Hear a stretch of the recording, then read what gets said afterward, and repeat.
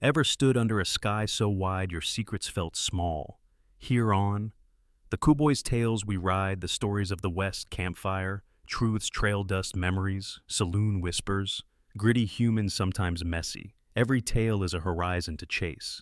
Subscribe, pull up a stool, and maybe find a little courage for your own frontier. The alkali plain was a white glare that bit the eyes and crept into the mouth until the tongue went numb. Jonah Hale rode low on a dun gelding, hat brim pressed down, watching the ground break and buckle like old pottery. Heat pulsed off the flats. The smell was salt and mouse nest and sun-baked adobe. Nothing moved except a line of black ants dragging something lighter than air. He was looking for a dry route that would cut 2 days off a spring drive to the railhead at Calico Bend. He mapped by feel. Creases in the earth meant water once. Scars meant no. He trusted quiet more than talk, and the quiet here had a taste. A smear of ruin rose out of the shimmer, an old way station. 2 rooms of melted adobe, a corral of gray ribs leaning into emptiness. The place had been raided, or abandoned, or both. The door hung crooked.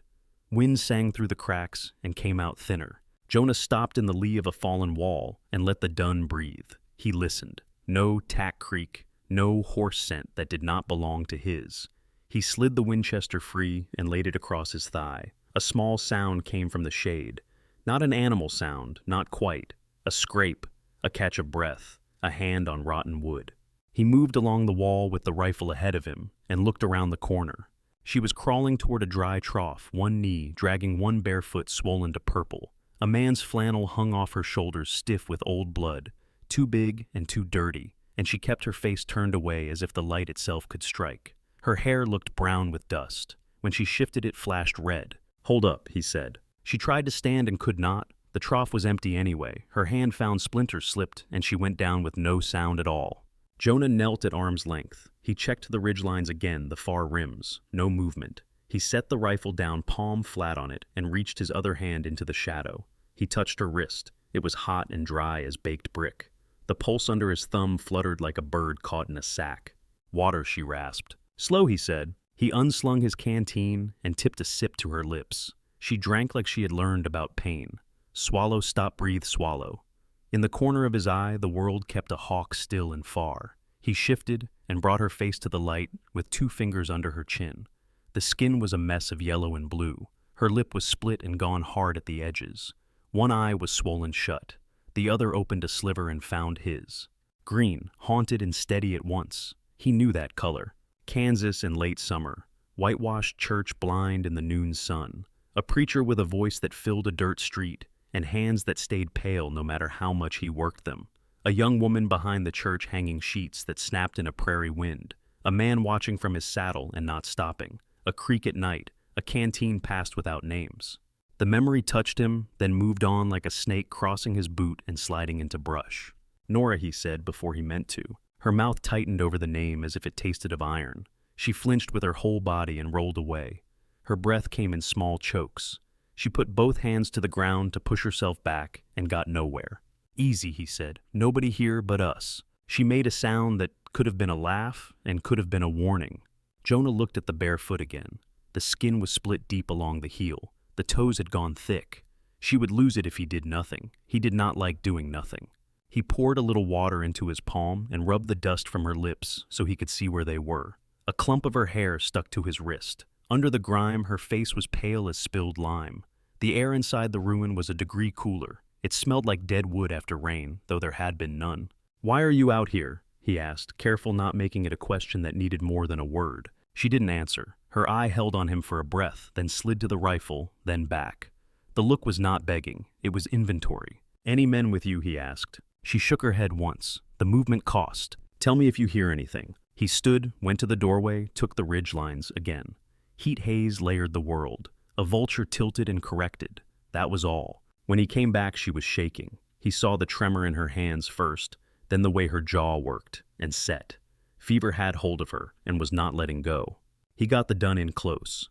The horse stepped careful ears, flicking at the smell of old ash and woman hurt. Jonah set the rifle in the scabbard, checked the cinch, thought of the slope up to Smoke Ridge, and the path that worked around to a little canyon with a rotten cabin he had used once. The place held its shade and drew smoke. It would have to do. He squatted again. "I'm going to lift you." "Don't!" The word scrabbled out. "He will find me."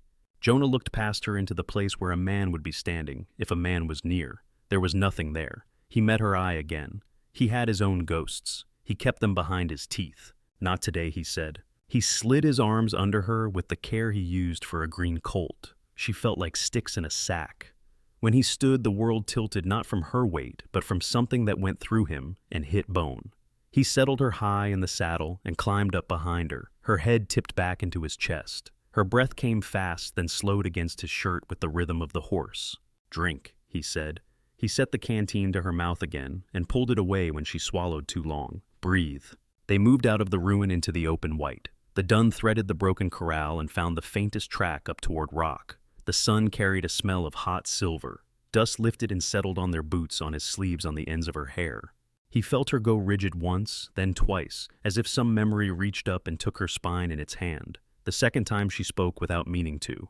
"Cellar," she whispered. "Key, pray." "That is over," Jonah said. She went quiet.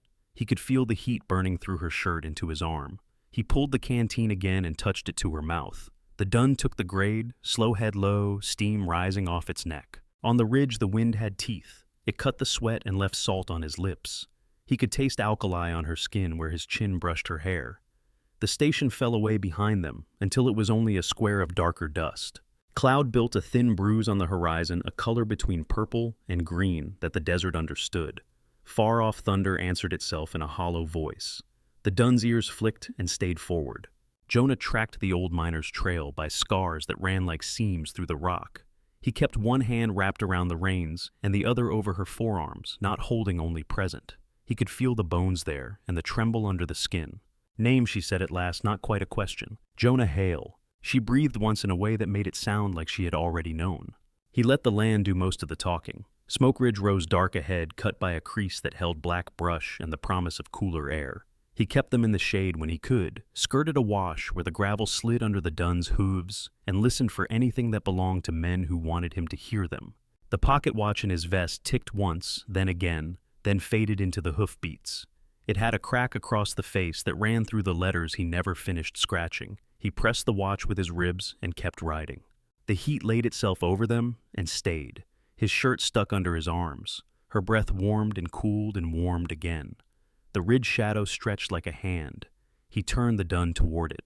"Hold on," he said. Her fingers found the worn leather of the horn and stayed there. The gelding picked its way into the first slit of shade. They left the flat behind. The path curled through broken stone and into a cut where the air cooled by one thin breath. Jonah followed the crease until a dark mouth opened in the rock. The cabin leaned into the hill, a single room of dry, stacked stone, and rough timber's roof patched with tin that flashed like old fish scales. The door hung on a leather thong and banged once in the wind before he caught it.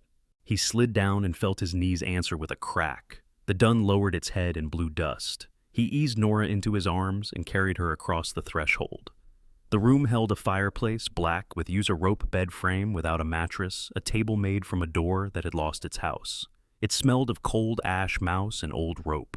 He set her on the rope frame and tucked his rolled blanket under her shoulders. Her skin was hot enough to make his palms feel chilled. The bare foot looked worse in the dim. Purple split at the heel grime down to the bones. He pulled his knife and cut the leg of the wool trousers wide, then the flannel at the cuff, careful not to lift more than needed. She winced and tried to pull away. He set his hand gentle but firm on her shin. "Breathe," he said. He built a fire in a way that showed practice. Shaving splinters one match, a cupped hand, until the flame learned to live. He set a dented pot on a rock near the coals and poured water from his canteen. The sound of it hit the stone room like a small mercy. He washed his hands in the hot water and tore strips from his spare shirt. The first touch of the cloth to her foot brought a hiss through her teeth. He cleaned what he could see. Blood leached into the water and turned it tea brown. When he lifted her heel, he saw grit embedded deep where the skin had opened. He breathed, then used the point of the knife like a thorn picker. Her fingers dug the blanket and let go of it in small grabs. "Almost," he said. By the time he wrapped the foot with clean cloth, the fire threw real heat and his back was wet. He set a folded shirt under the foot to keep it off the rope. He brought a damp rag to her face and worked away layers of grit. Under it she was pale like she had lived under the ground. He found a bruise that ran from temple to jaw, yellow, starting where purple had been. He did not think on the hand that made it. He checked the ridge lines through the doorway and listened for a long count. No iron, no one voice, only wind working the scrub. He took the rifle and set it against the table with the barrel toward the door. He hung his canteen on a peg and decided the balance of water and need. He should hunt. The light on the lip of the canyon said he had enough time for one close try. He looked at her and waited for the choice to settle. Her breath came quick and shallow. The blanket trembled at her collarbone. He pushed his hat back, set the chair near the table, and leaned the watch against a tin cup so the tick was clear in the room. "I will be close," he said. He moved uphill a short way to a patch of rabbit sign he remembered sat in the shade of juniper and let the canyon quiet return to its shape. The rabbit gave itself in a blink of color and motion. The shot ran the canyon and came back smaller. He brought the meat to the cabin and skinned it on the table, the smell of iron mixing with smoke. He rinsed the pieces in the last of the hot water, added a pinch of salt and a sliver of the dried root he carried, and set the pot to simmer. She stirred. The movement was small shoulders and throat, and the one eye that would open. "Water," she said, a scrape of sound. He lifted her a little, put the cup to her mouth, and tilted it just enough. She swallowed like a child learning again. "Why?" she asked, and there was no accusation in it, only the question itself. "Because I am here," he said. Her eye held on him a beat, then slid to the pot and back to his hands. He set the cup down and checked the bandage. Heat blinked through the cloth. He changed the rag on her forehead and felt the pulse in her neck jump under his fingers. "Name," she whispered. She had already asked once on the ride. This time it sounded like she was putting things in rows. "Jonah," he said. "Jonah Hale." She closed her eye again. A tremor ran through her that had nothing to do with cold. He fed the fire and watched her breathe. The watch ticked. A fly fought the window and lost and fought again. In the smoke smell and meat smell, he felt the old ache come in without warning. Snow in Texas, dirt hard as iron, his shovel ringing on it, while his breath turned white. He leaned his forearms on his knees until the ache thinned. When the stew was ready, he let it cool, then took the spoon and lifted a mouthful. He touched the back of the spoon to his wrist so he knew the heat would not burn. He set the spoon at her lips. "Eat," he said. She obeyed on the second try. He waited between each swallow until the swallow finished. She coughed once, turned her head, paused, and took the next one on her own. He did not count the spoonfuls. He watched for the way her face changed under the bruise. When the bowl was empty, he filled it again and fed her half, then stopped and gave her water. She slept. The light left the doorway and the room went gold, then red, then gray. He cut more wood from a fallen limb and stacked it by the hearth. He checked the horse and mule under the overhang out back, fed a handful of grain to the dun, and ran his hand along the animal's neck until its breath slowed. In the dirt behind the cabin, he brushed out his own tracks and the place where he had stood to listen. He took a juniper branch to the path and swept until the ground looked like it had looked before. Back inside, the fever had risen. Her skin was hotter, and a dull shine had come to it. She thrashed and gasped, not fully awake, hands reaching into air. He grabbed her wrists when she began to scratch at the bandage and held her steady. "Easy," he said, voice low, until he heard his own voice steady as a rope pulled tight. "You are here." Her words tumbled without sense, but the pieces had meaning. Cellar, key, kneel. It was a script someone had taught her to speak in the dark. He did not answer the words. He set the back of his hand to her cheek and moved it like a man calming a horse. The night grew deep. He kept the chair by the door rifle across his knees and slept in minutes, waking at the smallest shift. When the fire wavered, he fed it. When the pot dried, he rinsed it. When her breath caught, he waited it out with her. He spoke her name once, not loud, just to test if it felt right in the room. In the pale before dawn, he took both canteens and went to the little seep he knew under the lip of a shale shelf. It was a damp line rather than water, and he coaxed it into the mouth of the canteen with green leaves and patience. He kept his head up while he waited, eyes on the ridge cuts where a man would come if a man came. A bird moved in the brush and went still.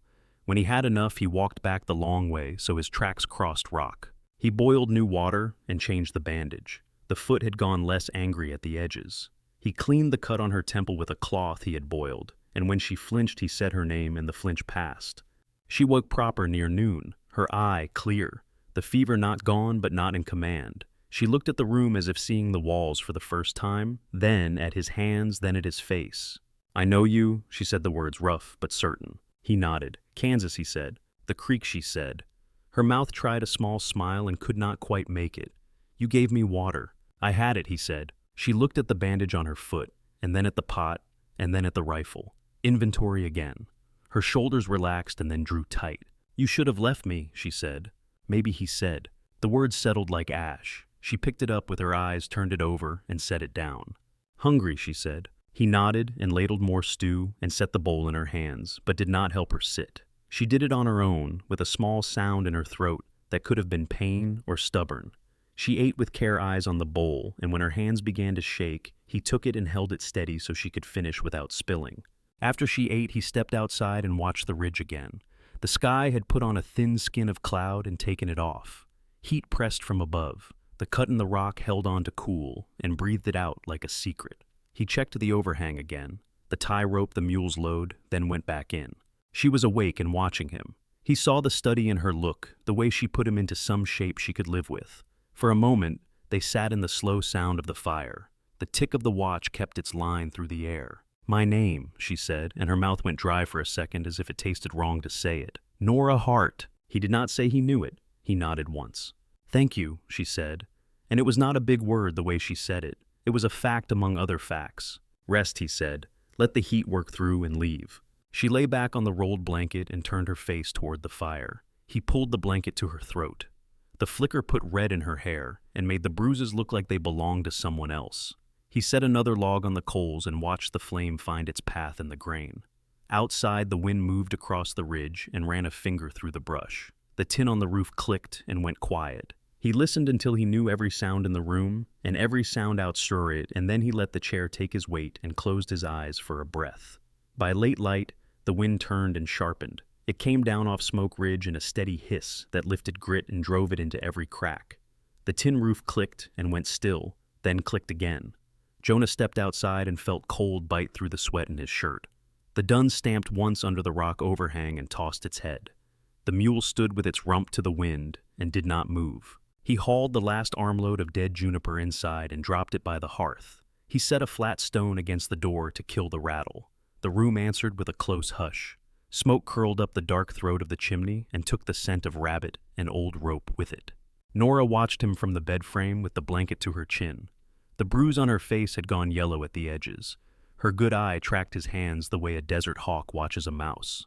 The bandaged foot sat on a folded shirt to keep it out of harm. He checked it without touching and nodded once to himself. "Storm," he said. She listened. The sound was in the walls, now a low cry that slid along the stone and settled in the corners. She pulled the blanket tighter with both hands, then let it go and set her palms flat. Her breath made small fogs in the cold. He fed the fire with a careful hand, saving the thicker pieces. The room warmed enough to take the sting off the air. He poured hot water into a dented tin cup and dropped a slice of dried root in it until the smell rose sharp and clean. He set the cup in her hands and closed her fingers around it. "Slow," he said. She sipped and made a face at the taste.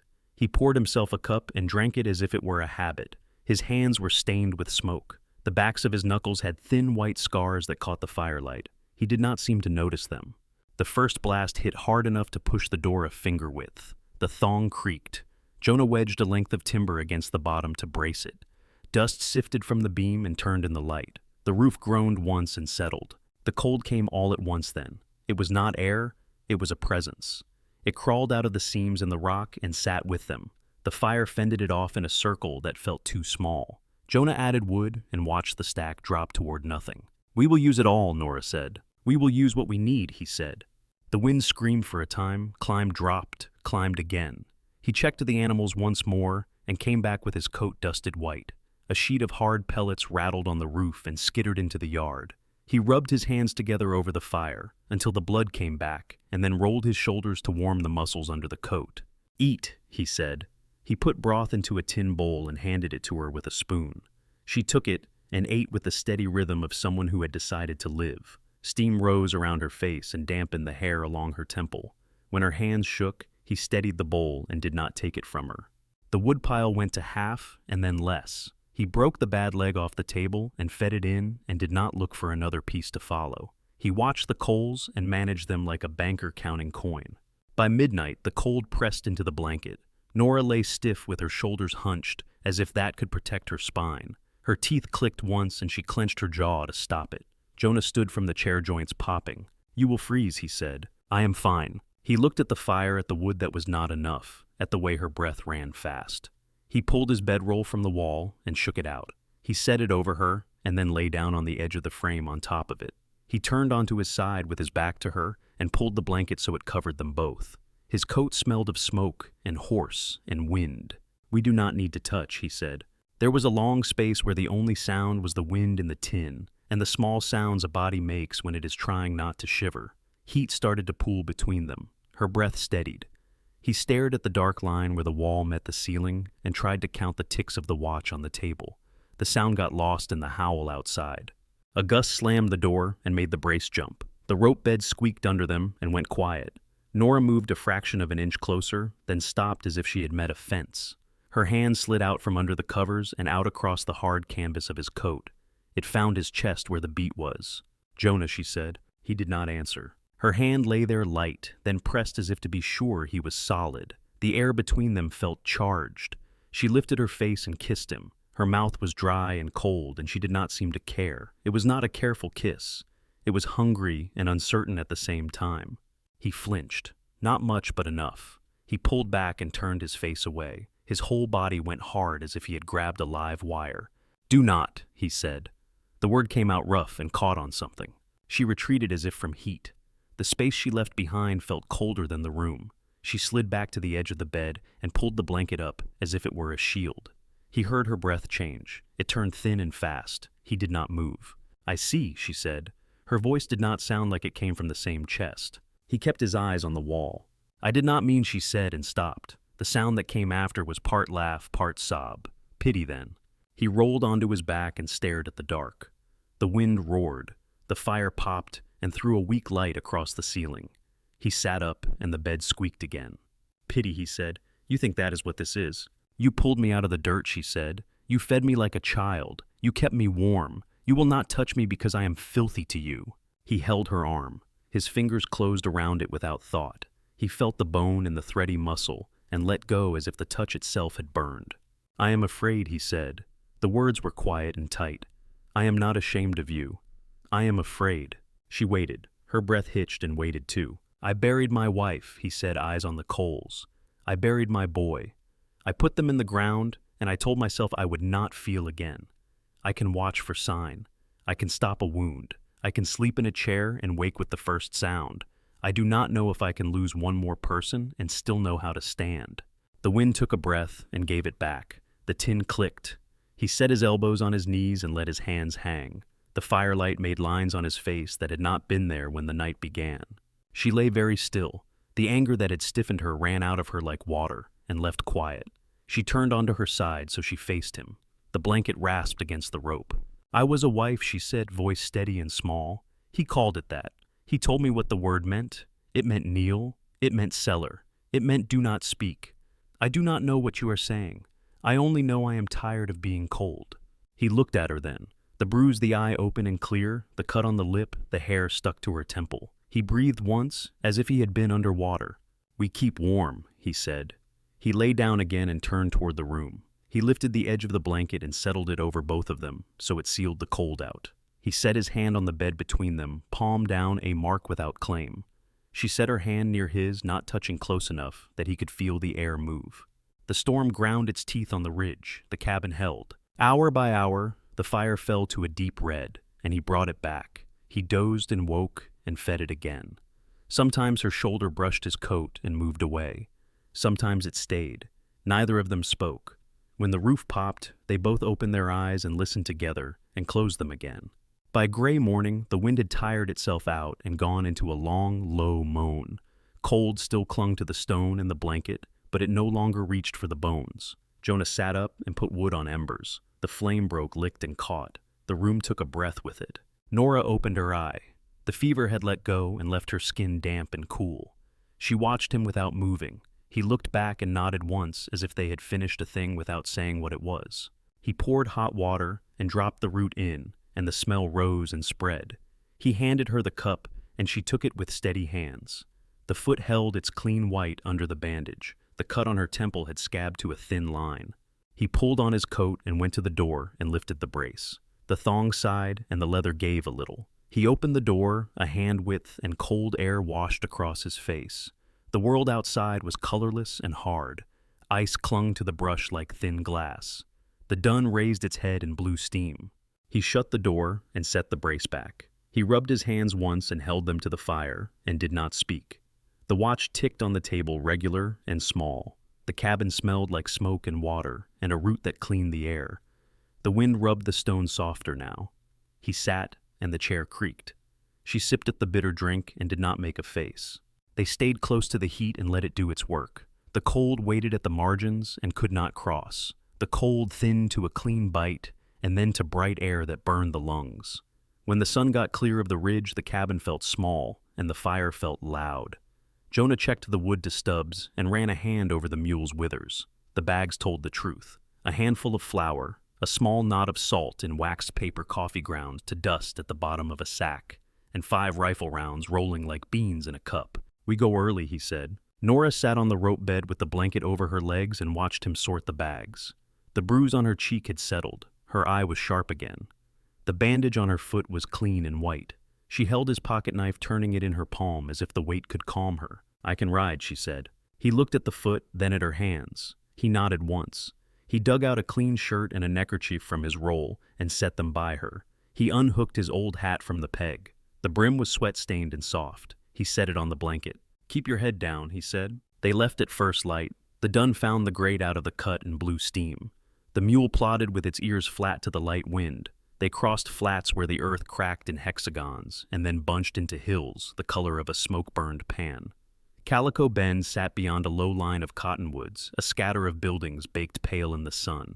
A tin sign over a livery clanged once and went quiet. A stovepipe on a cafe shoved bacon smoke into the street. Somewhere a telegraph clicked without hurry. Jonah led the animals to the livery and handed the man a coin for a corner stall and a bucket. The livery man leaned back on a post and chewed something that darkened his lip.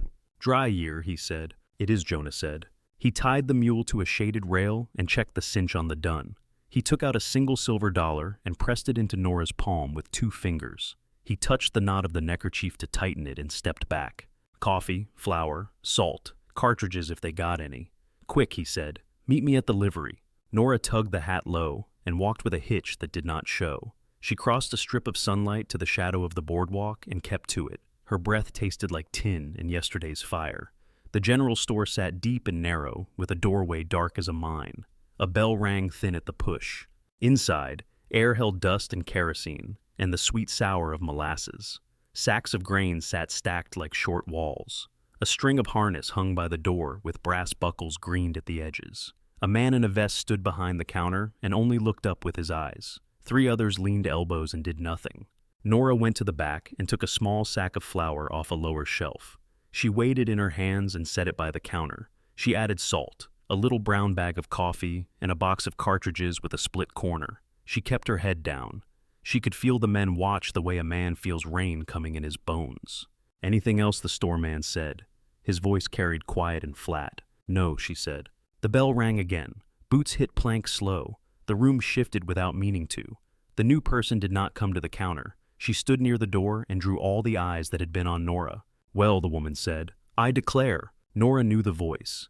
It was thin and sharp and pleased with itself. She looked up before she could stop the motion. Agnes Crow stood with her hands on a black handbag like she was holding a prayer book to her chest. Her dress was plain and heavy even in heat. The line of her mouth looked like it had been cut on a lathe. "I do not know you," Nora said. Agnes smiled without warmth. "We all know you. You hid behind scripture once. Now you hide behind men's shirts." Her eyes cut to the flannel on Nora's shoulders, to the hat, to the bruises. Nora felt her breath come short. She let it out and kept her face without expression. "I am buying flour," she said. The men at the counter watched the words drop. The storeman's hand went under the counter without hurry and stayed there.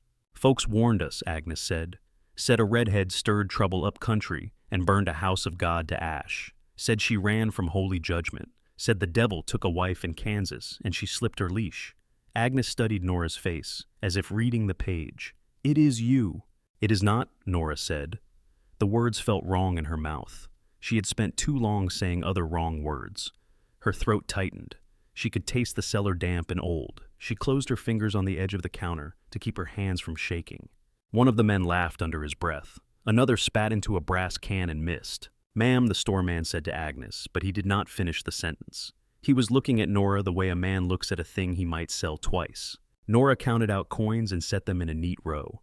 Her hand left small crescents of damp on the counter. Flour, salt, coffee, she said, and pointed to the cartridges. These. Agnes stepped in close enough that kerosene and old lavender crowded the space. She leaned a little and peered under the brim of Nora's hat, like someone checking for a crack in glass. Her voice softened and cut deeper. "You poor lost thing," she said. "Where is your preacher now?" Nora felt something in her spine lock, then release with a small click. She pulled the hat lower until shadow took her eyes again. "I do not answer to you," she said. Agnes straightened. Her face changed pleased again. She turned her head toward the men toward the storeman, with his hand under the counter toward the doorway, where light cut a square on the floor. "She is the one," Agnes said. "The one from the posters." She lifted her chin and raised her voice.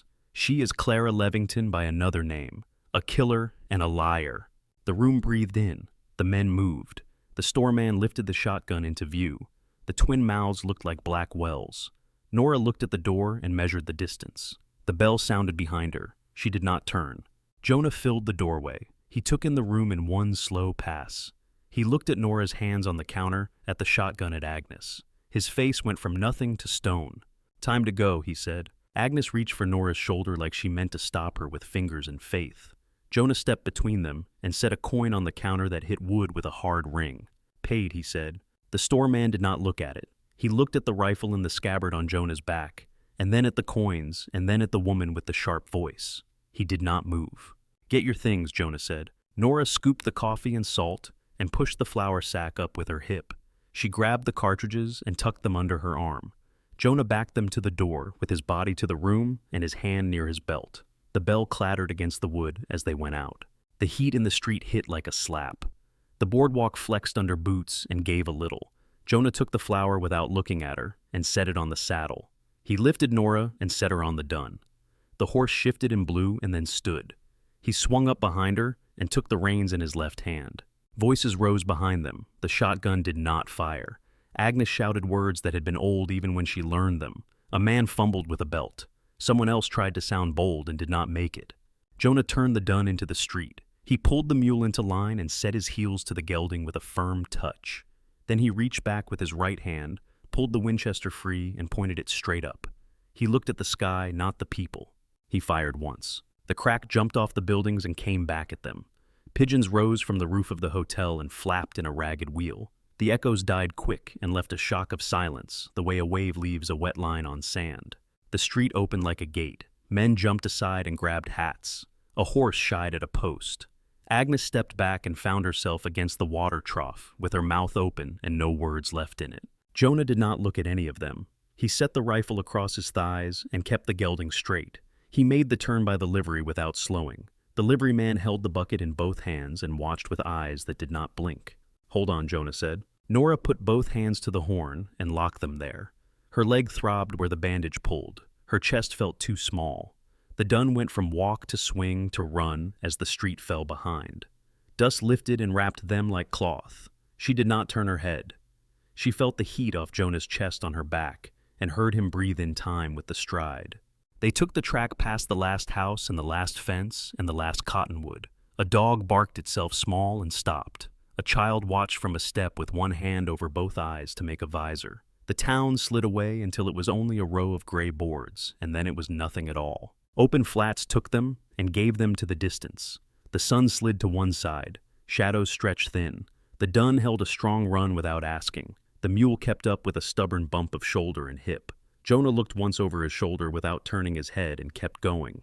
They did not speak. The wind took any words and threw them behind. The ground changed from baked plates to sandy wash with a skin of dry reeds. The dun slowed and picked its path among rocks the color of old bone. The air smelled like hot stone and something green far off. Nora unclenched her hands and found she had cut her palm with her nails. She flexed her fingers until the ache eased. She felt Jonah's hand touch her forearm and rest there, not a grip, a touch to say he had a hold on the day. Her breath smoothed. The hat brim ticked with grit. She pulled the neckerchief up and tasted salt. The world in front narrowed to ears and mane, and a line of pale road that was not a road. Jonah set them into a shallow arroyo that ran west and let the sides rise to take the town's eyes away.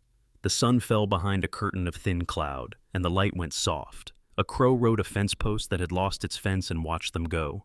The land began to fold into itself in low waves. A cottonwood grew out of a crack and reached for nothing. They stayed in the wash until the ground turned to small stones, and the mule protested. Jonah let them climb onto a ridge where the wind was clean of talk. He drew the dun to a walk and leaned forward for a moment, forehead to the horse's neck, as if they had agreed to the same thing. Nora let her shoulders drop. Her hands stayed on the horn, and she let the movement of the horse do the work of her breath. She did not look back. The light went toward gold, and the shadow of the gelding stretched ahead with hers inside it. The wash curled away to the right, and the low hills beyond held a line that was not flat and not safe, and did not ask for names. They ran the ridge until the land sloped toward a thin green line that did not belong to desert. Cottonwoods held their leaves like coins, and a smell of damp earth climbed the air. The wash opened and let them down to a wide bed where water worked itself into channels and braided back together in brown light. The river did not look deep, only restless skin wrinkled by hidden stones. Jonah drew the dun to a halt in the shade of a cottonwood and let the mule blow. He slid down, boots sinking in sand. He listened. Water spoke in a steady whisper and drowned the small sounds the land usually carried. He did not like it, and he liked it for the same reason. "Drink," he said. He led the dun to the bank and let it nose the current, then pulled it back before the horse forgot the pull of the river. The mule drank with its eyes shut and then shook its head hard enough to rattle the bit.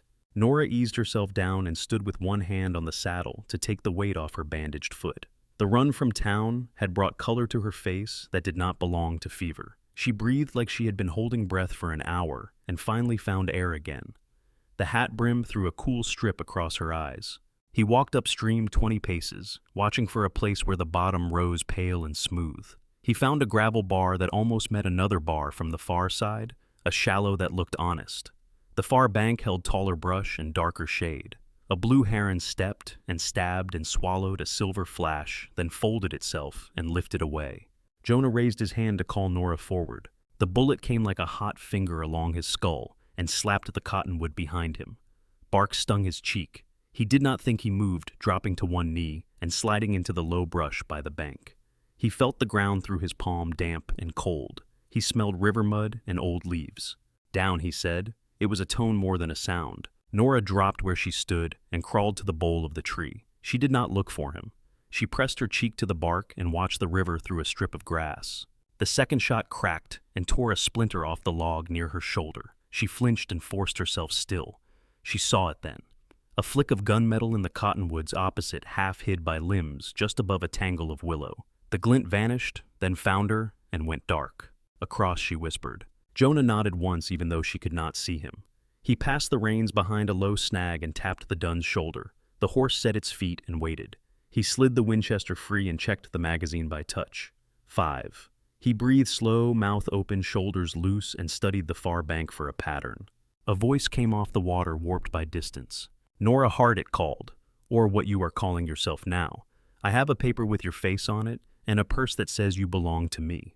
The words did not carry the preacher's weight. They carried a working man's dust, something flat-hired and paid. Jonah looked upriver. The reeds made a narrow shelf the shooter could not see from his angle. He set the rifle down and slid along the bank on his belly, elbows and toes moving when the wind shook the leaves so his rustle folded into theirs. Mud soaked his shirt at the chest and cooled him. He tasted grit and iron on his tongue. "Girl," the voice called, "if you come out slow with your hands up, I might leave the man breathing. He looks light enough to swing. I can take him to town after." Nora closed her eyes and opened them again. Her hands were steady on the earth. She did not answer. Jonah reached the reeds and gathered them with one hand, laying them back just enough to see. The far brush hid two shapes. One was the shooter, a long man with a brim bent low and a coat that did not match the heat. The other was the idea of a horse dark and patient behind a cottonwood. The man had picked a good tree and a better angle. He was not a fool. The rifle on the far bank spoke again. Bark leaped off the tree above Nora's head and fell in small, dry flakes across her hair. Jonah did not see the flash this time. He followed the smoke that hung for a blink before the river wind took it. He backed out of the reeds and slid downstream, counting his breaths and the ticks of his watch when he could hear it under the river talk. The ground gave him a low curve of bank higher at the lip, lined with roots like a ladder. He rolled into the water and let it take him to his chest. Cold locked his ribs. He eased the Winchester onto the mud shelf above the current and pushed his body along the bend until he had the angle he wanted. "Last call," the voice shouted. "I am getting bored." Jonah raised the rifle until the sight found the crease between two willow whips. The shooter crouched with one knee down, eyes on the cottonwood, where Nora hid muzzle-steady breath, showing in the way the barrel eased forward and back. Jonah took up slack on the trigger. The river pulled at his belt and made the front sight sway. He let the sway settle and fired. The man jerked sideways and fell into brush. His hat spun down the bank and landed in the water, then went flat like a turtle and slid. The horse stamped and blew with whites showing, then stood. Jonah waited. The willows held still except for the motion wind gave them. He counted 1, 2, 3. He fired again where the body had gone. Silence came back hard after the shots. The river went back to its work. A jay scolded because it had to say something. Jonah kept the rifle to his shoulder for another count and then lowered it. He turned onto his side and pushed himself up the bank. Cold let go all at once, and his skin burned. "Nora," he said, "stay." He waded across where the gravel rose. The water pushed at his thighs and made them heavy. His boots slid and found purchase. He kept the Winchester in both hands with the muzzle up. When he reached the far bank, he moved with his shoulders low and his head turned to let one eye watch the ground and one the brush. The man lay half on his stomach with his face in willow leaves. Blood had made a black patch under him and soaked into the sand. The first bullet had taken him under the arm. The second had opened the dirt near his ribs and sent shards into him. His hand had closed on the pistol and stayed there like it had done it 1,000 times. His eyes were open. They held nothing.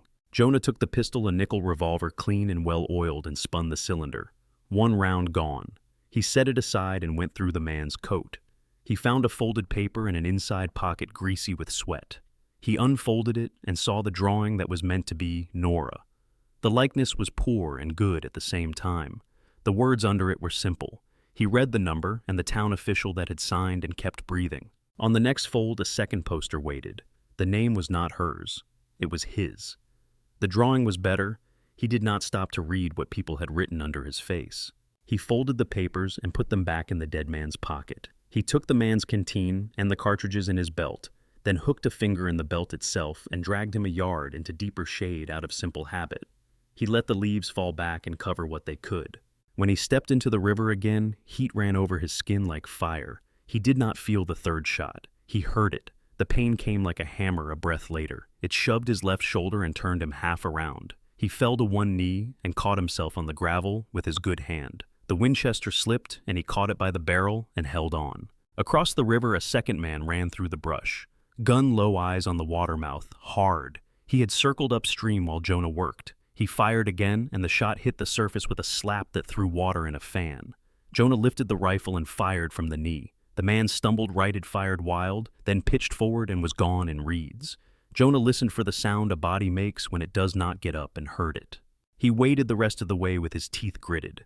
The water around him went pink and then clear again. He climbed the bank and made himself walk as if the earth still belonged to his feet.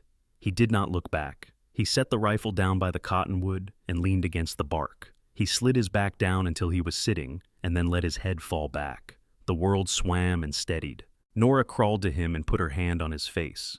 Her fingers were cold and sure. She looked at the shoulder and sucked air through her teeth. The hole sat high where the muscle was thick and the bone dangerous under it. Blood ran in a hot line and dripped into the dirt.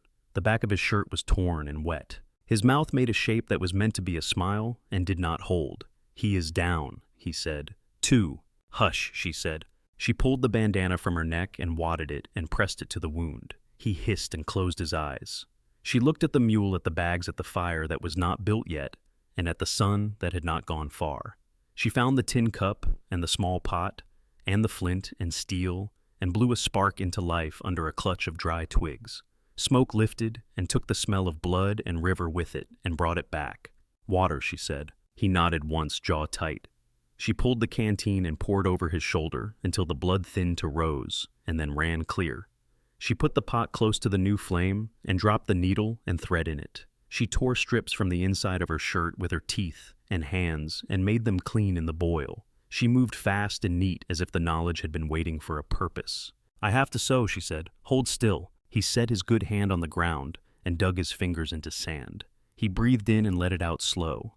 She dipped the needle in the boiling water again, lifted it, and waited a beat for the heat to leave. Her hands did not shake. She bent close and set the point to the skin and pushed through. His breath hitched and stopped, and then went on. The work took long time and no time. She spoke to him without telling stories. "Look at me," she said when his eyes went far. He did. She counted the stitches in her head and tied knots small and tight where the flesh would not snag. She cleaned again and wrapped the shoulder and bound the bandage with a strip that crossed his chest and tied at his back. Then she eased him forward and found the exit wound. With her fingers cleaned and packed it and bound that too. When she finished, she sat back on her heels and wiped her face with the back of her wrist. Sweat had found its way into her hair and left a dark line. She leaned over and put her lips to the pale line of an old scar along his ribs. It was a soft kiss, quick not for him so much as for the truth of it. "You are stitched," she said. "You are not to move like a fool." He smiled for real, then, small and crooked, and his eyes crinkled as if he was remembering how. The color drained out of his face, and he sagged. She caught him and eased him down until he lay with his head against her rolled blanket. She put his coat under him to lift the shoulder a little. She built the fire up and set the pot to make a thin broth with the last of the rabbit and water from the river. When it bubbled, she skimmed the scum and poured a little into a cup. She let it cool and set it to his lips. He drank without opening his eyes and then turned his head away. The sun slid toward the cottonwoods and threw long bars across the sand. Birds came to the far bank and forgot for a while about men. The wind turned and lost the smell of gunpowder and found Willow again. Nora sat with her back to the tree and watched Jonah sleep. His face had gone younger without the clench. He looked like a man who had worked a field all day and come in before dark, not a man who had bled across a river. She looked at her hands. The thread had left black lines where it had run through her fingers. There were small crescent moons of dirt under each nail. She flexed them and felt the ache deep in the palm. She pressed her thumb to the soft carved bird in her pocket and felt the grain of the wood. The edges had gone smooth where she had handled it. She held the bird until the tremor left her. When the moon rose, the river turned to glass in the places the wind could not touch. She cleaned the needle again and laid it in a strip of cloth. She tightened the bandage and checked the knot. She talked to the quiet without words, and it answered with the sound of water on stone. He woke once and looked at her without knowing where he was. She put her hand on his cheek, and he found focus. "You stayed," he said. The words were dry and soft. "I am here," she said. He slept again. She sat and watched the lines of his chest move, and did not move until they had kept a steady rhythm for a long time. The cold came up from the river and lay on the sand. She pulled the blanket around them both and set her shoulder under his so the bandage would not pull. The night held. The water went on talking like it had always talked, and the cottonwoods nodded to what only trees understand. Morning laid a faint silver on the river. Frost clung to the reeds in thin lace. Jonah woke to the smell of wood smoke that was not theirs. Nora had fed the last coals and coaxed a small flame, then doused it clean. She checked the bandage, checked the color in his face, then helped him to his feet with a hand under his good arm. He swayed once and stopped himself on breath alone. They moved slow along a low path where cottonwoods gave shade and bird noise. The dun took careful steps. The mule followed, because that is what mules do. Around a bend, the canyon opened to a shelf of sun and a long adobe building with a wide porch. A wind bell hung from the porch beam and clicked like glass against glass. A corral spread its rails into light. A small garden sat behind a low wall of stacked stone. Squash vines climbed it in fat green ropes. Red peppers hung from a string under the eave like small flames turned upside down. A man sat on the porch with a mug and a face cut from weather. He watched them the way a man watches weather. He did not move to meet them. He did not look away. "Morning," he said. "Morning," Jonah said. The man's eyes took Jonah in, then Nora, then the mule, then the stain that had dried on Jonah's shirt. He stood and set the mug down. "I am Jed Whitaker," he said. "That is Martha in the kitchen. You both look like you need the world to be kinder than it has been." Nora held the dun's rein. Her hands were steady. "We can pay by work," she said. Jed nodded once as if she had said a right thing. "You can come down and sit before you fall," he said to Jonah. "Martha knows what to do with that shoulder." They helped Jonah to a bench in the shade. A woman came through the doorway with a towel over her shoulder, and sleeves rolled past her elbows. Martha Whitaker was thick at the wrist and quick at the eye. She knelt by Jonah before he could speak. She did not look at his face. She looked at the bandage and the way the cloth had dried and what it had stuck to. "Did you sew it?" she asked Nora without looking up. "Yes." "Good job," Martha said. "Boiled the needle." "Yes." Martha lifted the edge of the bandage with wet fingers, listened with her hand, and nodded as if a sound had been right. "We will clean it and pack it with pine and plantain," she said. "You will not enjoy me." Jonah made a shape with his mouth that could have been a smile. "I am already practicing," he said. Martha looked up at Jed. "Heat water," she said. To Nora she said, "There is bread on the table. You two will eat it, and then you will sit where I put you." Nora's first bite hurt. Hunger does that. The bread had smoke in it and a sweet at the edge like corn. She tasted salt and clean hands. When she reached for water, she noticed her fingers were lined in black, where the thread had run. She rubbed her thumb across the lines and left them alone. Martha brought a bowl and a bottle of brown liquid that smelled of sap and mint and earth. She cleaned the wound and packed it. Jonah's jaw set. He did not put teeth to it. His eyes found a crack in the porch plank and held it as if it would hold him back. When Martha tied the last strip, she tapped the bandage with 2 fingers as if sealing a letter. "You listen to me," she said to Jonah. "You do not carry anything heavier than a cat. You do not chop. You do not fix fences. You may breathe, and you may tie knots that do not argue with your shoulder." Jonah nodded. "Yes, ma'am." Martha's mouth softened by the smallest degree. "You may sweep," she added. "I like a swept porch." Jed lingered near the corral. The mule rolled and came up with dust in its ears. Jed grunted, stepped into the pen, and tested a loose rail. "You with the good arm?" he called to Jonah without turning. "You can tell me if the saddle needs stitching when you feel like lifting a needle." Jonah's eyes went at once to the tack hung on the fence. He could read leather by sight. "Yes," he said. Nora helped Martha in the kitchen. The room smelled like dried chilies and lye soap, and summer kept in jars. Steam rose from a kettle and turned the window to milk. Martha's hands moved with speed that had patience on top of it. She showed Nora how to crush the herbs with a stone until the smell changed from leaf to medicine. She salted by a pinch measured with her eye. She did not speak much. When she did, it was to give a thing that could be used. "Hang the peppers in bunches of 6, Martha said. "They dry even that way." Nora nodded and did it. She felt the heat of the peppers in the skin of her fingers. She tied the string tight and made a loop just so because Martha had made it just so. They stood a moment and listened to the quiet work water knife pot fly breath. In the afternoon, Jed carried a small stool and a box of odd pieces to the porch. He set a thin blade in a handle and handed it to Jonah. "Whittle," he said. "Keep the wrist straight. The boy will be by at supper time. He earned a thing." Jonah took the blade as if it were a gift and not a chore. He set a scrap of soft pine on his knee and began to pull curls from it in a steady rhythm. The curls fell to the porch and made a small drift. He shaved the block down to a crude bird, then to a bird with a tail and a beak and a belly that could sit in a boy's palm. He rubbed it with a little oil and set it at the edge of the step. A shadow fell across the yard. A tow-headed boy in trousers 2 years too short and a shirt 2 hands too big came shy as a deer. He stood at the bottom step and stared with open eyes. Jonah nodded at the bird. The boy picked it up and turned it over once and again. His mouth made a small circle that did not become words. He ran a thumb along the wing and felt the smooth. He looked up at Jonah. Jonah lifted one shoulder. The boy smiled small but true and went off holding the bird like a live thing. Late light threw gold on the garden wall. Nora stepped out behind the house and followed the path between squash leaves.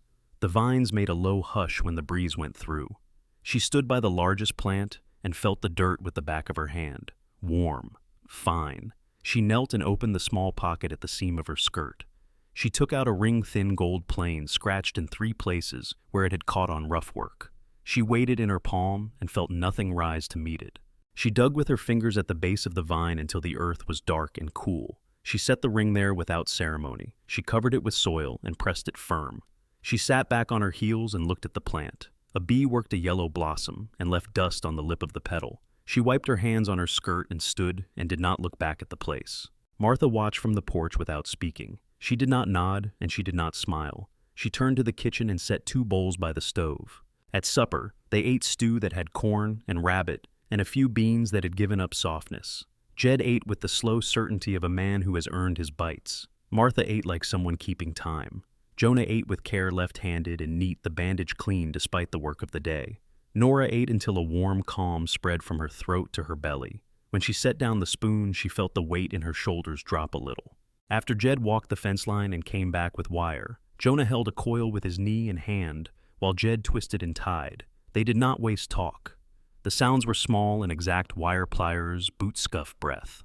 Martha brought Nora to the table and set out a bundle of cloth and a needle. "Show me your stitch," she said. Nora made a line in a scrap. Martha watched the thread sit and nodded. "You can patch Jed's shirt tomorrow. It will try to fight you. You will win." Twilight drew chalk across the sky. The wind bell clicked twice soft. A nighthawk dipped and turned and rose. The horse in the corral sighed and set a back hoof to rest. Jonah sat on the step with his shoulders even for the first time since the river, and sanded a second bird until it felt like a secret in his palm.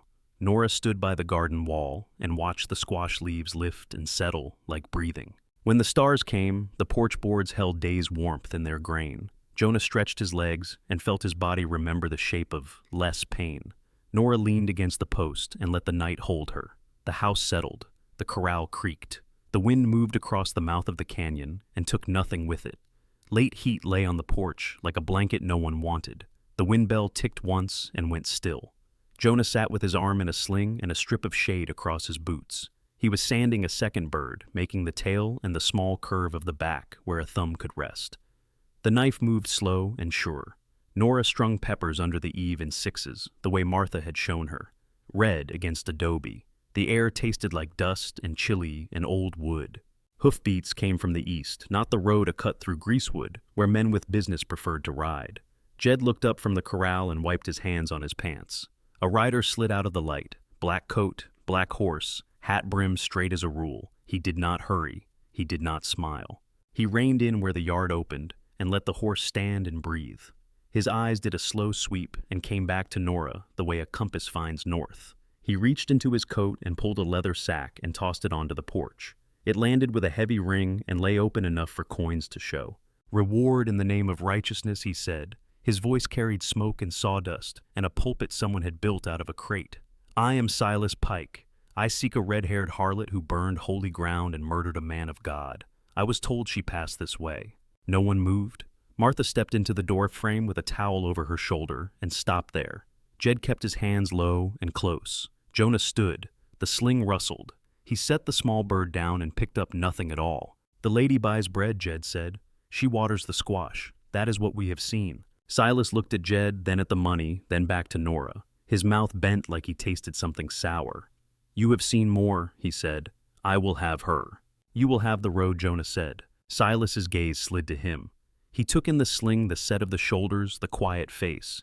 He lifted one corner of his mouth. "The man who holds her leash," he said. "You will not hold it long." Jonah stepped into the yard. He did not take another step. He did not need to. "That is enough," he said. "Turn your horse." Silas breathed in like he was bored and tired of the heat. "I am a patient man," he said. "I will make camp at the spring above and wait for the dark. Evil loves to run at night. Bring her then and take your coin.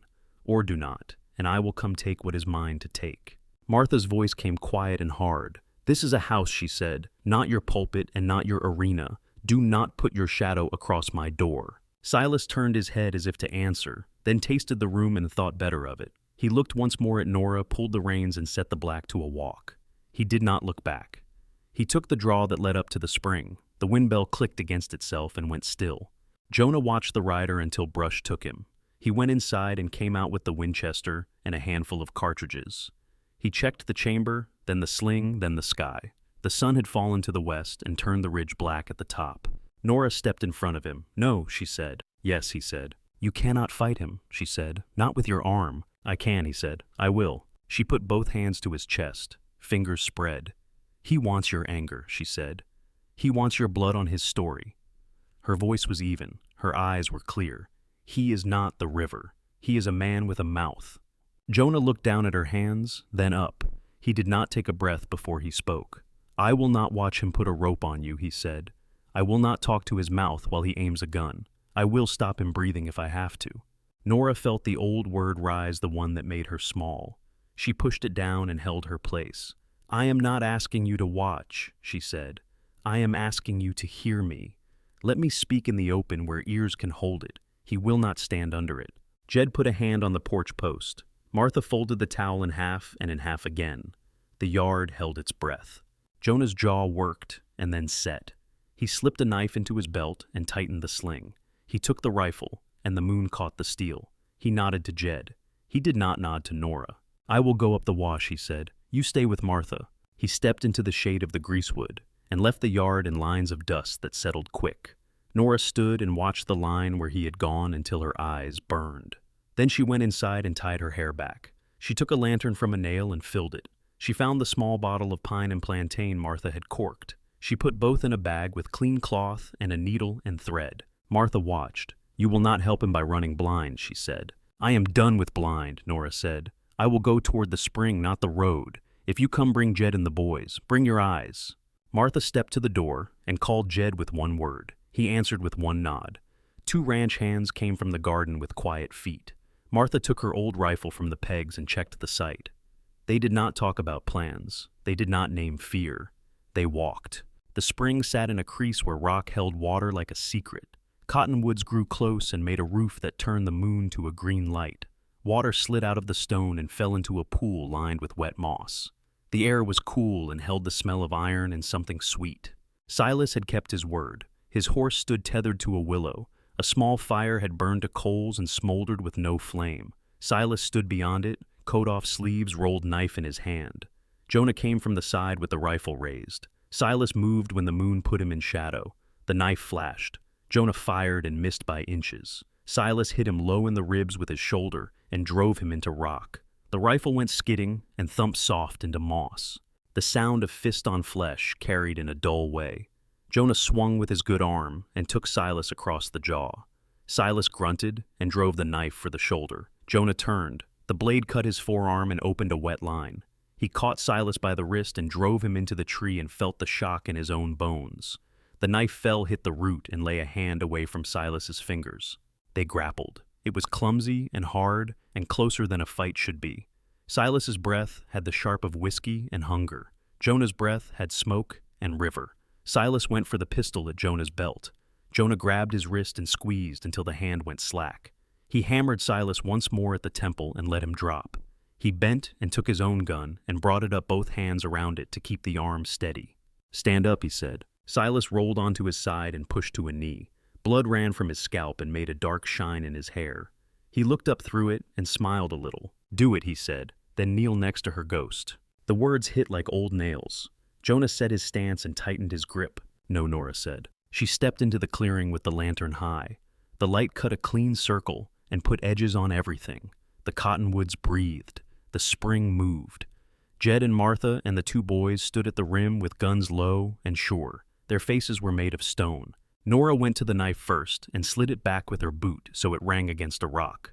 Then she stood over Silas and did not look at Jonah. She put the lantern on the ground so light rose into Silas's face. "You said you wanted judgment," she said. "Here it is." Silas wiped his mouth with the back of his hand and left a red smear. "Jezebel," he said, "you think you can charm a yard of dirt into thinking you clean." Nora did not answer him. She spoke to the trees so the sound would carry. "Silas Pike, brother to Amos Pike, who called himself shepherd and made a cellar a church. You stood there while he put me on my knees. You told me he was saving me when he took a strap to my back. You told me the storm was God's anger when lightning found the steeple. You called the fire my sin." Silas laughed and tried to stand. His legs did not agree. He sank back to a knee. "A husband corrects," he said.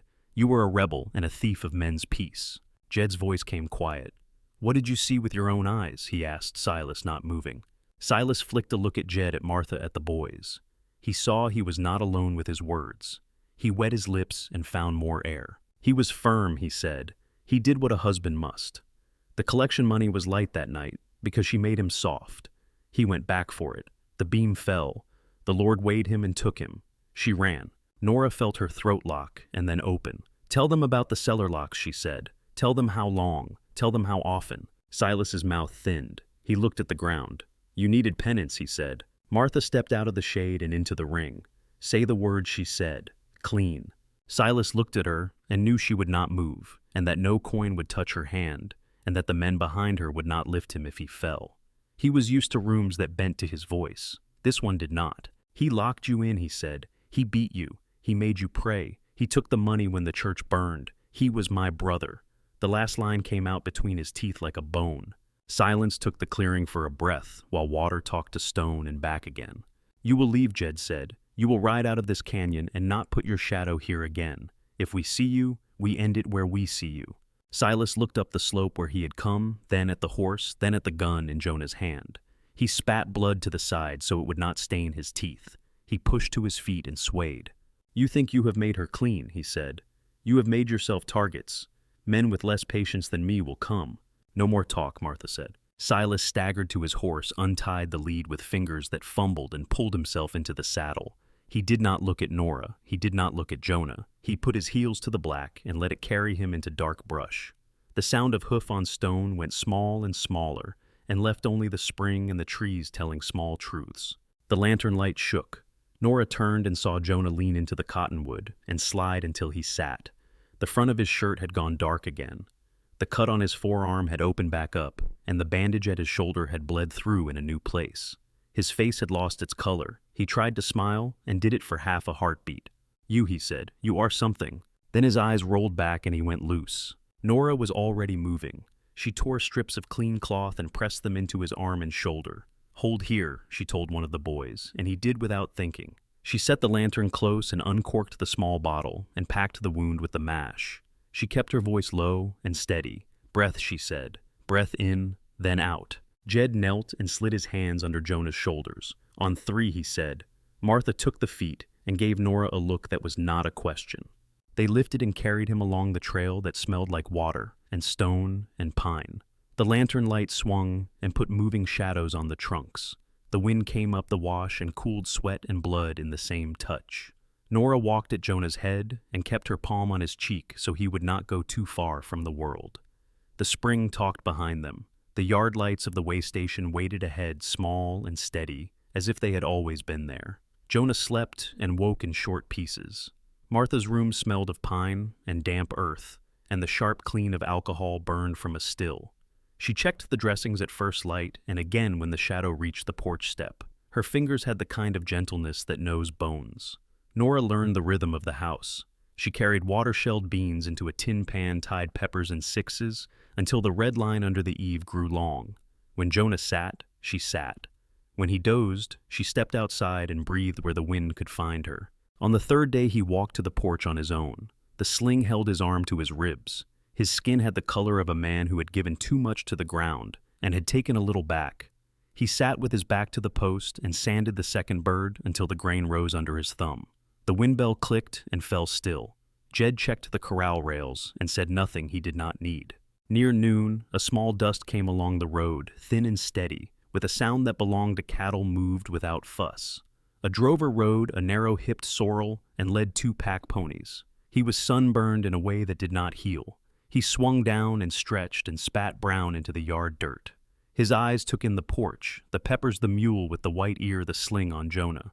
"Water for the string," he said. "Pump is round the side," Jed said. "Pay after." The drover nodded, walked to the pump, worked the handle until the iron rang and filled a bucket one level at a time. While the ponies drank, he came back with a canvas roll. He unstrapped it and pulled out a handful of papers that smelled like damp ink and glue. He tapped the stack square on his palm and looked at Jed.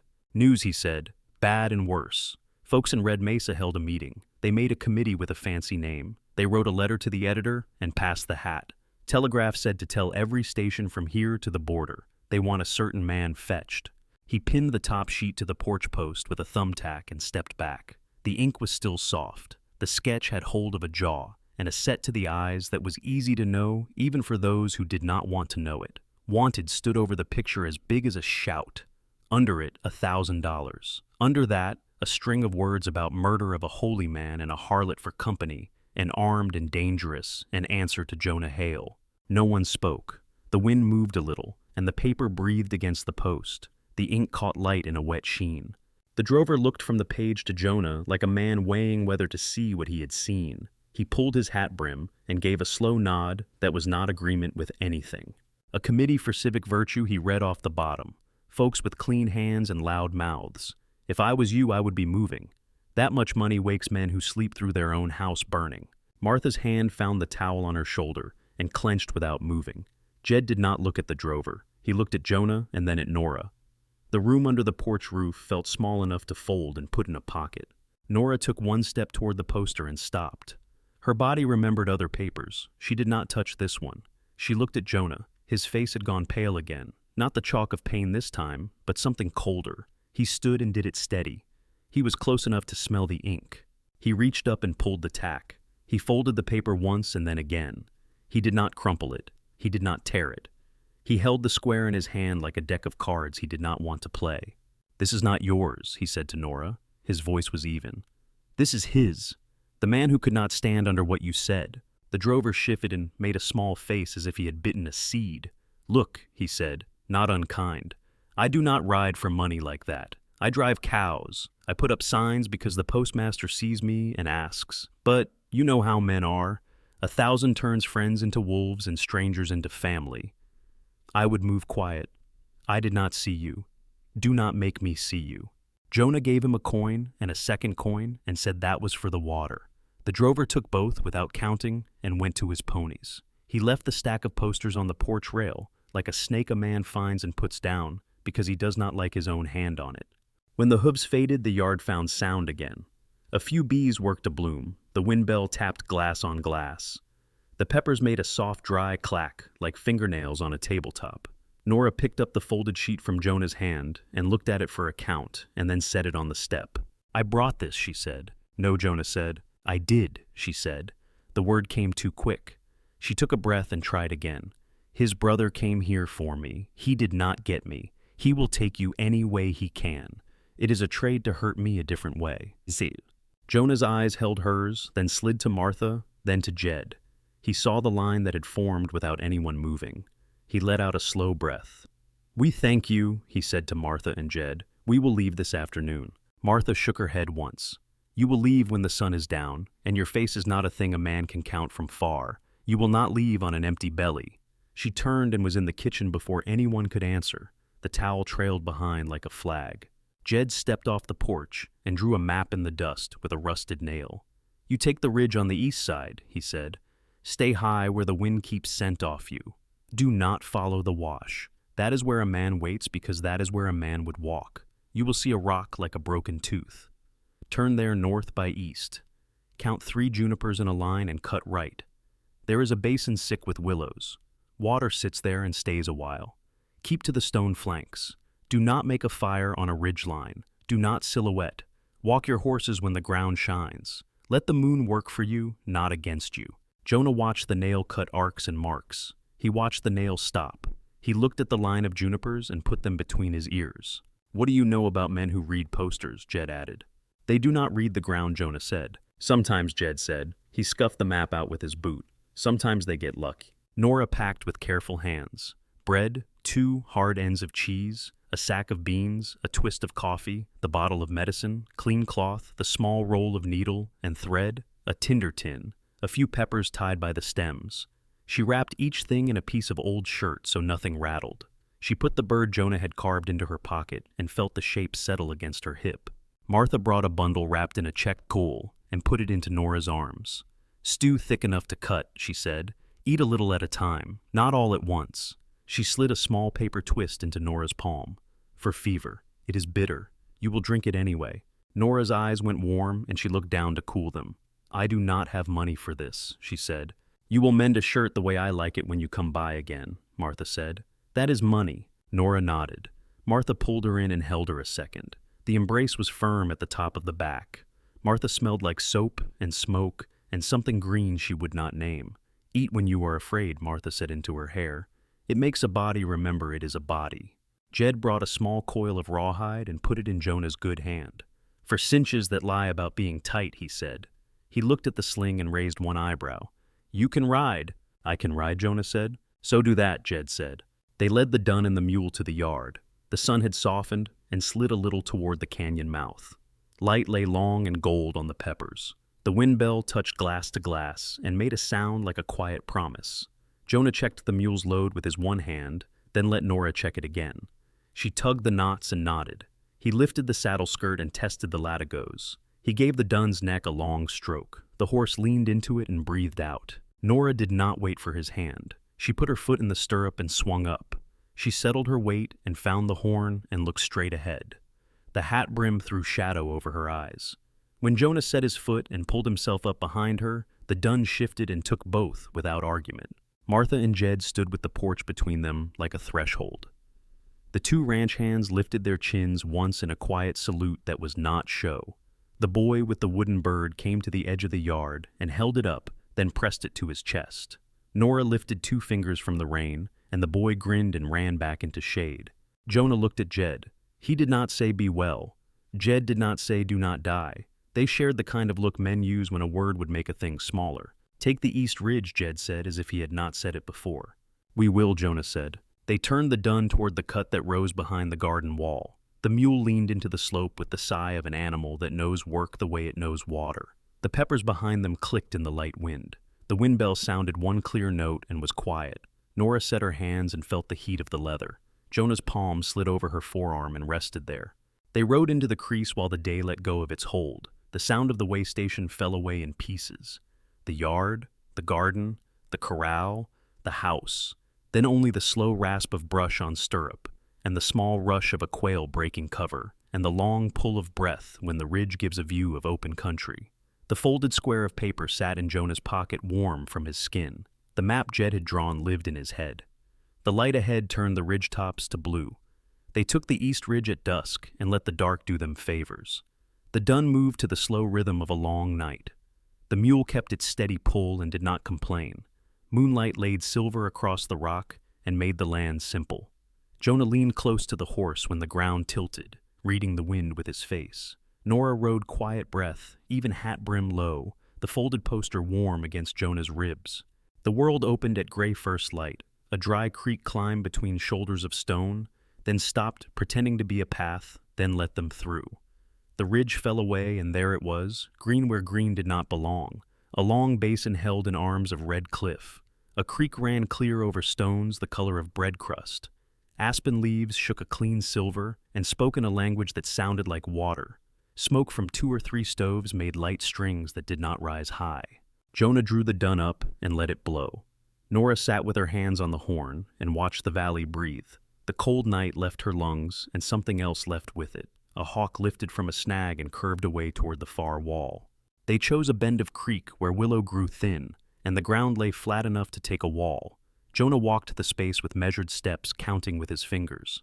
He set a stone for a corner and another. He knelt and touched the dirt with his palm, and came up with the feel of it in his hand. The shoulder pulled, and he waited for the ache to back away. Nora unpacked the mule and set their food where shade would hold it. She turned to the creek and rinsed her hands and face. The water was cold enough to catch her breath and give it back better. They built what they could build in a day, a lean roof against wind, a ring of stone around a fire, a rack for drying wood. Nora made a bed from juniper boughs and their 2 blankets. Jonah walked to a downed pine and freed a length that would become a table, then left it when the shoulder told him the truth. He used a small axe with his good arm and patience. Chips jumped and fell. They smelled like clean rain on dirt. In the afternoon, a man came down along the creek with a dog that kept to his heel. He was tall and thin and wore a hat that had seen too many seasons. He stopped far enough away to be polite and close enough to be useful. McCoy, he said, hand to his chest. He tipped his chin at the dog. That one is Rye. Jonah said. Nora. McCoy let his eyes take the picture and set it down.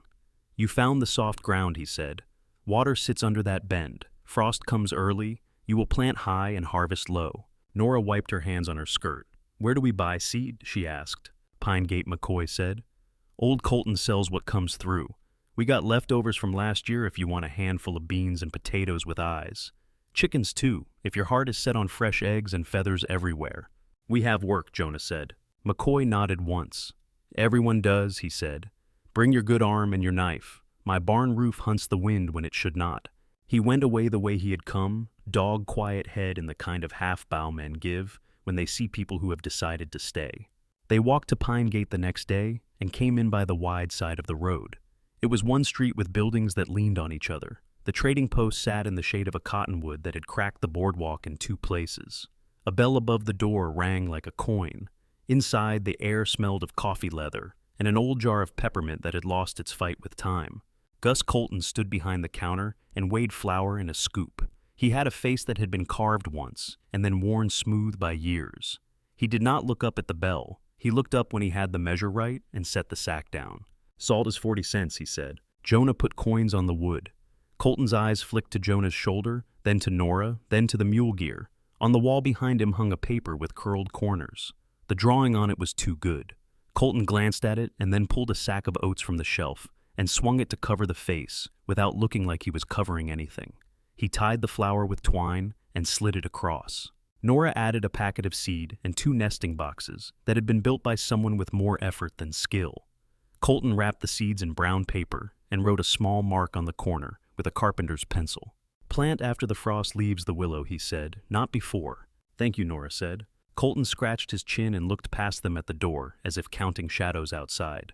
"Welcome to Pine Gate," he said. He said it like a man who had said it before and meant it each time. They traded with the McCoys for 2 hens that clucked like they had opinions they had not been asked for. Nora carried them in her arms, steady and close. Jonah led the mule with a coil of rawhide in his hand that felt like a promise. The dun flicked flies and kept to a sure line home. The days found a shape. Jonah set stones into the ground for a foundation and walked around the square until the corners agreed with each other. He cut notches and lifted logs with a lever and a prayer, using the good arm to guide and the bad one to keep from tearing. The shoulder protested less each morning. At night, he rubbed it with the pine and plantain mash until the heat in the skin went down. Nora made a garden by the water, in a place McCoy had nodded at. She sank the hoe and lifted dark earth that smelled of life. Her hands blistered, then hardened. She planted beans along poles of willow. She set potatoes in rows and covered each with a small hill.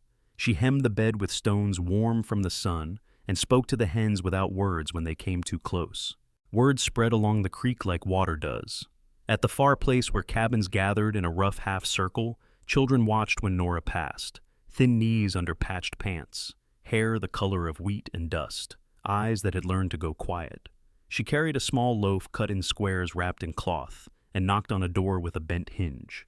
Mrs. McCoy opened it with a hand on her hip. She had a face made fine by hardship and made strong by it too. Nora held up the cloth.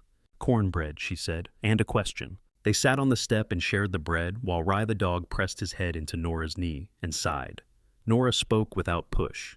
"I can read," she said. "I can teach some, letters and numbers and anything a catalog can hold. I do not want money. I want time and a place for the children to sit." Mrs. McCoy looked at the cornbread, and then at the road, and then at the space where sky lived between the ridges. "They can come in the mornings," she said, "before we take the milk to Redcliffe. They do not sit long, but they try."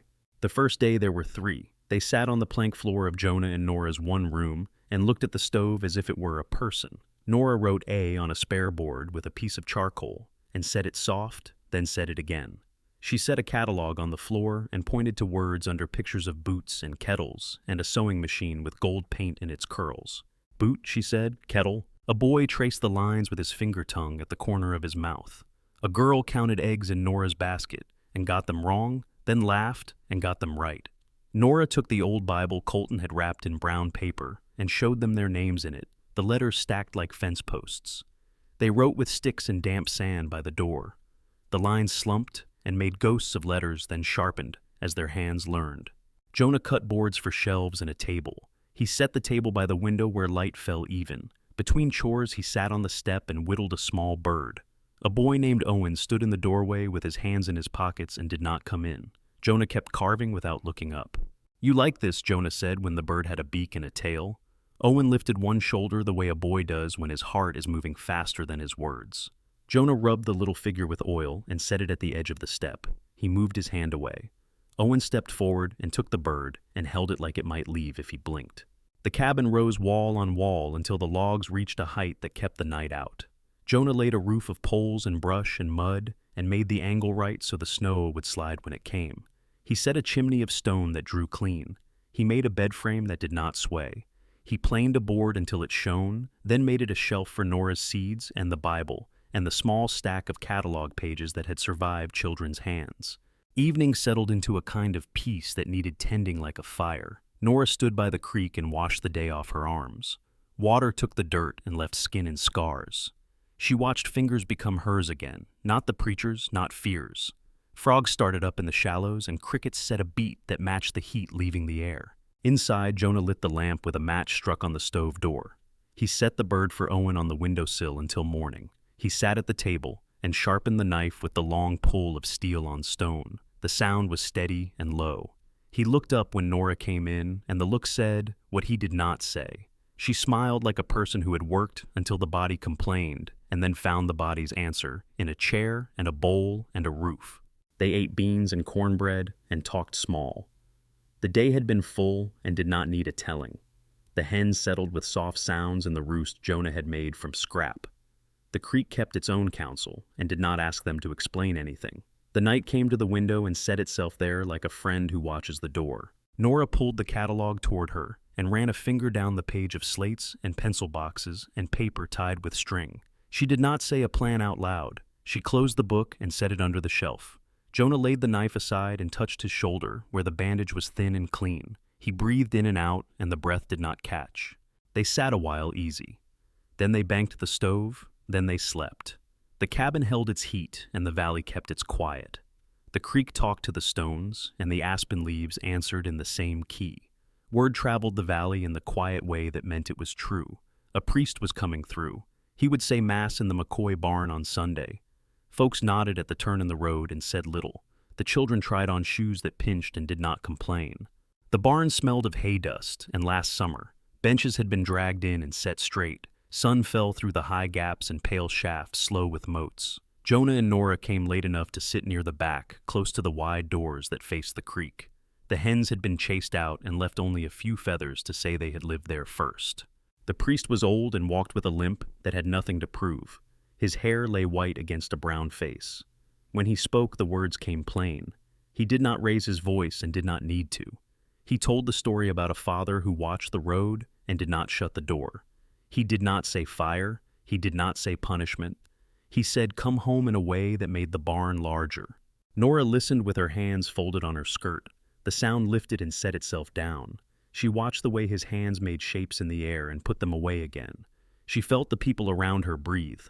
The plank at her feet creaked when a child swung his legs, and she smiled without thinking. She did not feel the cellar press. She did not wait for old words to land like stones. She looked at the man and saw only a man. She felt a space open where fear used to sit. It surprised her. She let it happen. At the blessing, she did not bow her head. She kept her eyes on the open door and the slice of blue beyond. Cottonwoods showed their leaves and turned them. The creek flashed through a break in the grass. When the last amen slid off the rafters, she stood and moved out into light.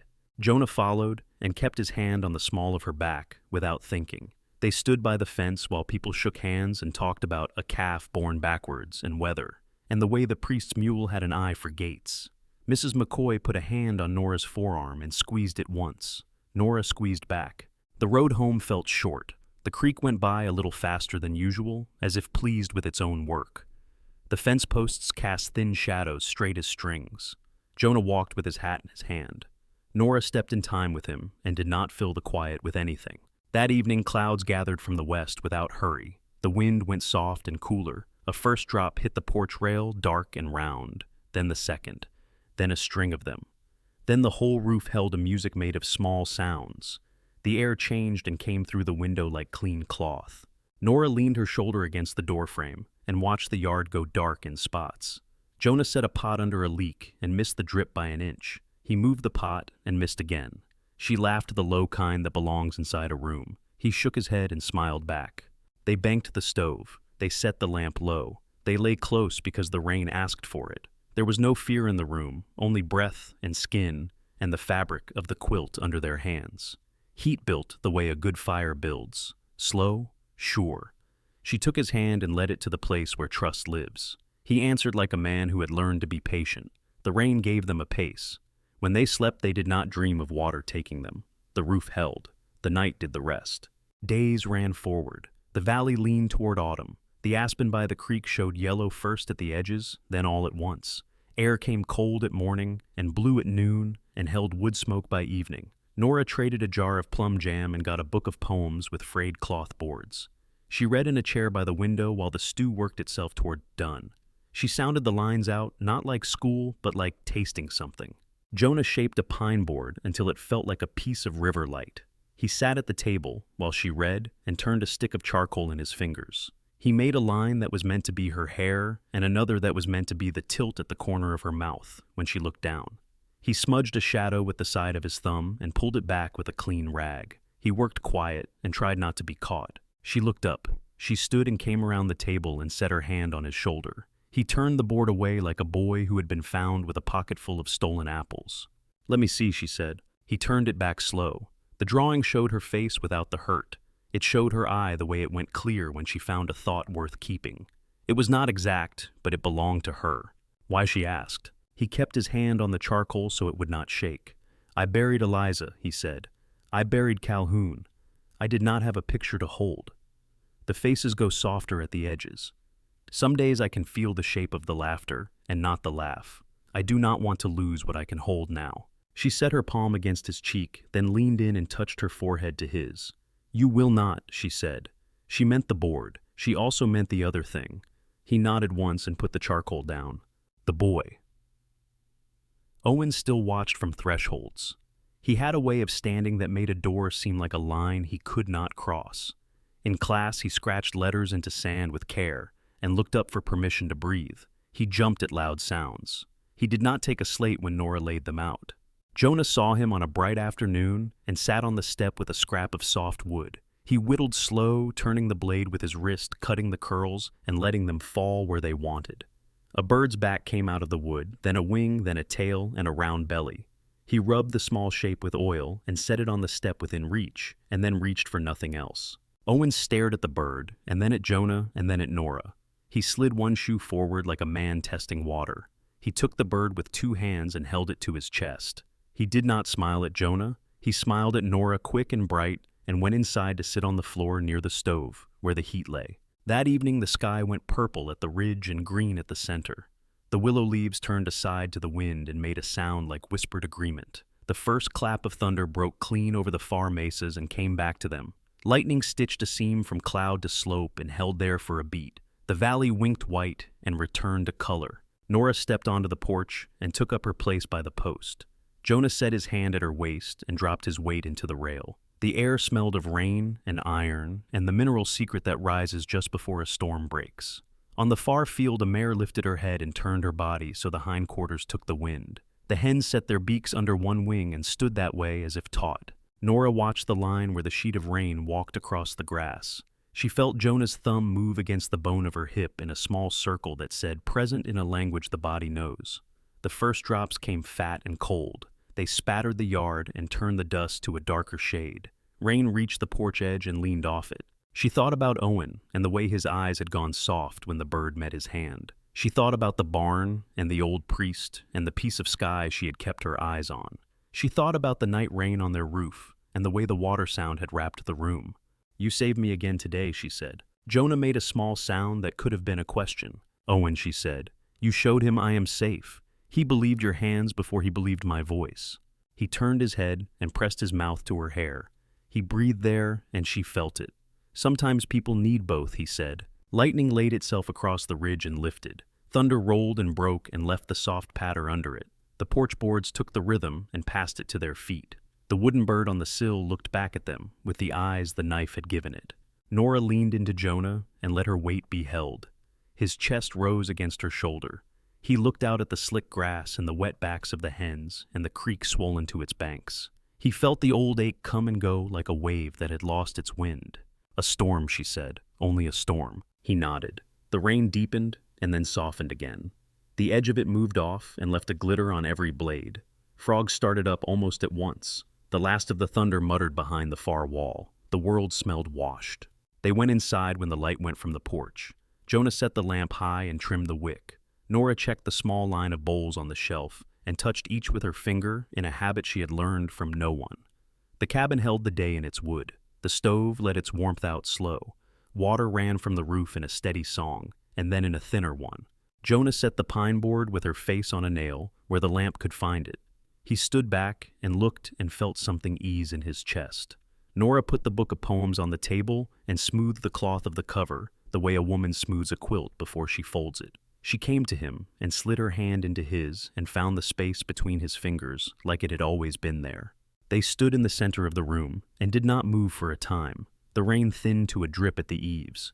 A small breeze came through the open window and lifted the corner of a page. The wooden bird sat on the sill and did not mind the weather. The valley breathed around the cabin, green and quiet and alive. Thank you so much for listening to today's story. If this story resonated with you or made you reflect, I'd love to hear your thoughts, so feel free to share them in the comments below. And don't forget to like, subscribe, and hit the notification bell so you won't miss the next story.